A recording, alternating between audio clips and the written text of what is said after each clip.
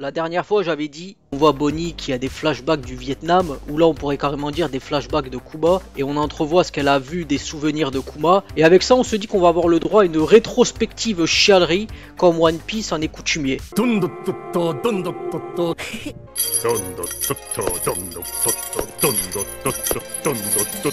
Qu'est-ce que tu racontes?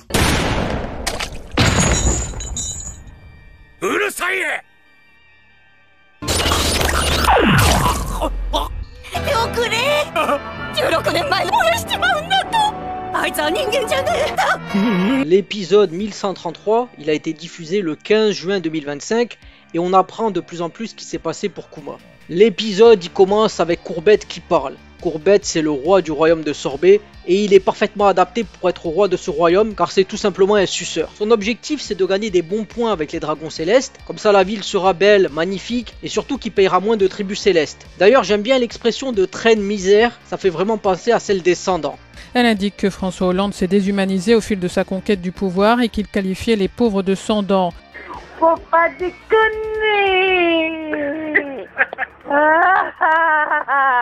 Pendant que le village est en train de brûler, Kuma il voit une petite qui chiale parce que sa mère est dans les flammes. Donc Kuma décide d'aller sauver la mère de la petite. Quelqu'un lui dit de ne pas y aller, mais Kuma il s'en bat les couilles et il y va quand même. M'en bat les couilles, rien à foutre. Ensuite, on voit qu'il y a une manifestation devant le palais de Courbette. Les villageois du nord sont vraiment outrés qui brûlent le sud, donc ils lui disent d'arrêter et tout ça. Donc le Courbette il décide bien sûr de dire à ses gardes d'en tuer 4 ou 5. C'était sûr. Ainsi ils fermeront leur gueule, ils arrêteront de péter les couilles et ainsi ils iront vaquer à leurs occupations quotidiennes. Et après bien sûr tu as Kuma qui arrive, qui est vraiment énervé, qui a la haine. Et t'as Bonnie qui s'inquiète pour lui en disant mon père est un trouillard, est-ce que ça va bien se passer pour lui? Si tu savais. Et à partir de ce moment-là, c'est Kuma Adventure, ou les aventures de Kuma en français. Voici ce qui se passe. Kuma il défonce Courbette. Courbette comme d'habitude il supplie, il dit je t'ai aidé, maintenant tu peux avoir pays. J'ai tué les traînes misères. D'ailleurs, on apprend que la mère de la fille a survécu. Non en fait elle est morte et la fille est chiale.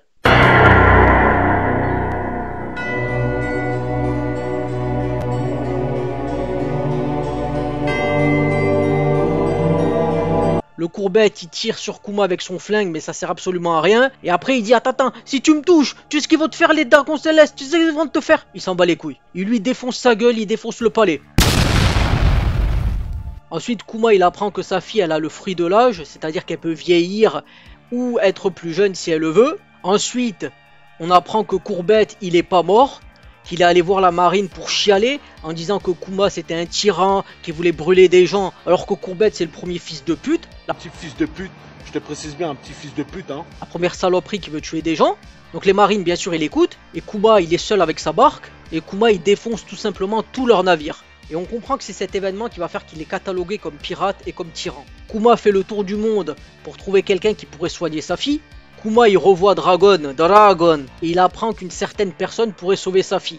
Il lui dit bon ce gars ressemble à un sgeg et il est un peu bizarre, mais c'est quelqu'un de digne de confiance, il pourra t'aider. Ensuite Kuma il revient dans son église, il va voir sa fille, et il lui dit qu'elle pourra se faire soigner par le V, par le Punk ou par la tête de sgeg, vous l'appelez comme vous voulez. Kuma il rencontre Vegapunk, et Vegapunk il est vraiment fasciné par la robustesse et le gabarit de Kuma. Il fait une analyse de son sang, et il découvre que c'est un boucanier. Et Vegapunk il lui dit t'es au courant que je bosse pour le gouvernement mondial quand même. Et Kuma il dit mais Dragon il m'a dit que t'étais digne de confiance donc ça passe. Là Vegapunk il explique qu'il peut la soigner. Vegapunk, c'est possible. Vegapunk il explique qu'il peut la soigner, bien sûr c'est le Vegapunk, c'est la puissance, la référence, la science. Mais que ça va tout simplement coûter 5 milliards et 46 millions de berries. Donc il a deux choix, soit choper Barbe Blanche pour avoir sa prime, ou bien servir de cobaye pour créer les pacifistas. C'est-à-dire des clones guerriers défendant la veuve et les enfants. Afin que bien sûr au final ils puissent payer le tribut aux dragons célestes. Faut bien que ces gros porcs ils puissent manger quand même, c'est le minimum, sinon ils vont finir des crèves la dalle, ce qui serait tout simplement inacceptable pour l'univers. Kuma il accepte et Bonnie elle va être sauvée, donc là on se dit que tout finit bien. Enfin oui et non. Oui parce que Bonnie on sait qu'elle est sauvée, puisqu'au moment de l'histoire elle est vivante, mais on sait surtout comment Kuma finit, et c'est certainement pas enviable. Et la dernière scène qu'on voit va nous le confirmer.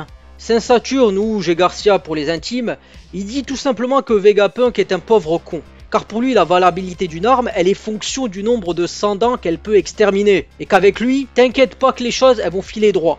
Ne t'inquiète pas, ça va bien se passer.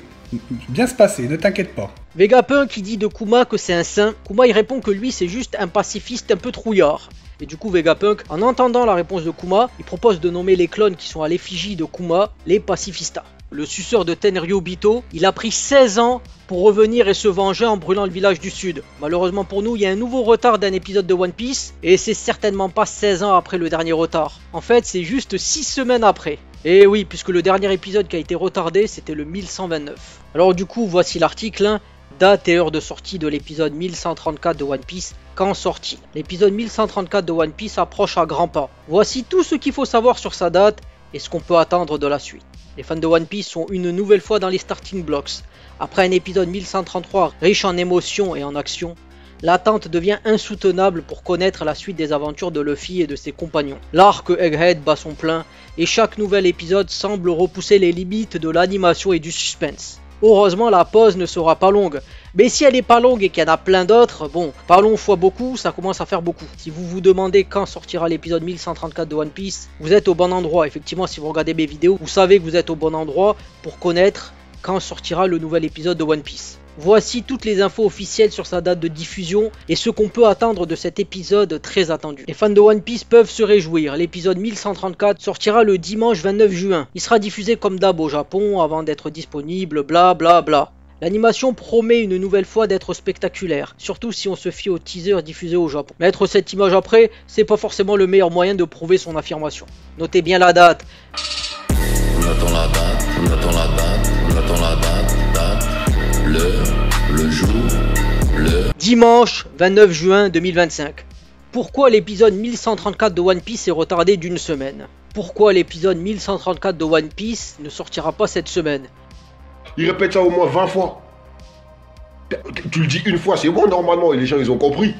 Mais pourquoi répéter ça, répéter ça, répéter ça? L'épisode 1134 de One Piece a été retardé d'une semaine pour laisser la place à un récapitulatif, offrant ainsi du temps au studio pour adapter la suite sans rattraper le manga. L'histoire de Kuma et Bonnie reviendra le 29 juin 2025. Déjà je suis sûr, je veux dire au niveau d'une élection africaine ou soviétique, c'est-à-dire qu'on dépasse le 100%, qu'il va y en avoir qui vont mettre un faux épisode et qui vont l'appeler 1134. Ça j'en suis certain. D'ailleurs si vous vous faites avoir, dites-moi le en commentaire, ça serait intéressant de le savoir. One Piece est une œuvre qui s'étale sur la durée et qui est loin d'être finie, sauf que l'anime reprenant le manga d'Eiichiro Oda avance plus rapidement et menace souvent de rattraper l'œuvre originale. Pour y pallier, la Toei a pris l'habitude de créer des épisodes filaires, alternant parfois avec des récapitulatifs, ce qui évite ainsi de dévier du canon autour de Luffy.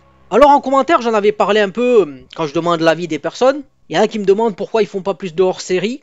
Mon avis, je l'ai déjà donné, c'est que c'est plus intéressant pour moi, même s'ils font une pause pour travailler sur la qualité de l'animation. Après c'est vrai qu'il y a un argument auquel j'avais pas pensé, parce que j'avais répondu en commentaire de manière assez longue. Peut-être que je ferai une vidéo si je m'en donne les moyens et le temps, je verrai. Mais aussi de faire des épisodes peut-être filaires, ça peut aussi permettre à de nouveaux animateurs de se faire la main. Et donc c'est peut-être un argument qui peut être intéressant, mais pour moi vraiment je préfère qu'on mette la qualité de l'animation sur des épisodes et donc que les filaires ça soit vraiment quelque chose de sporadique.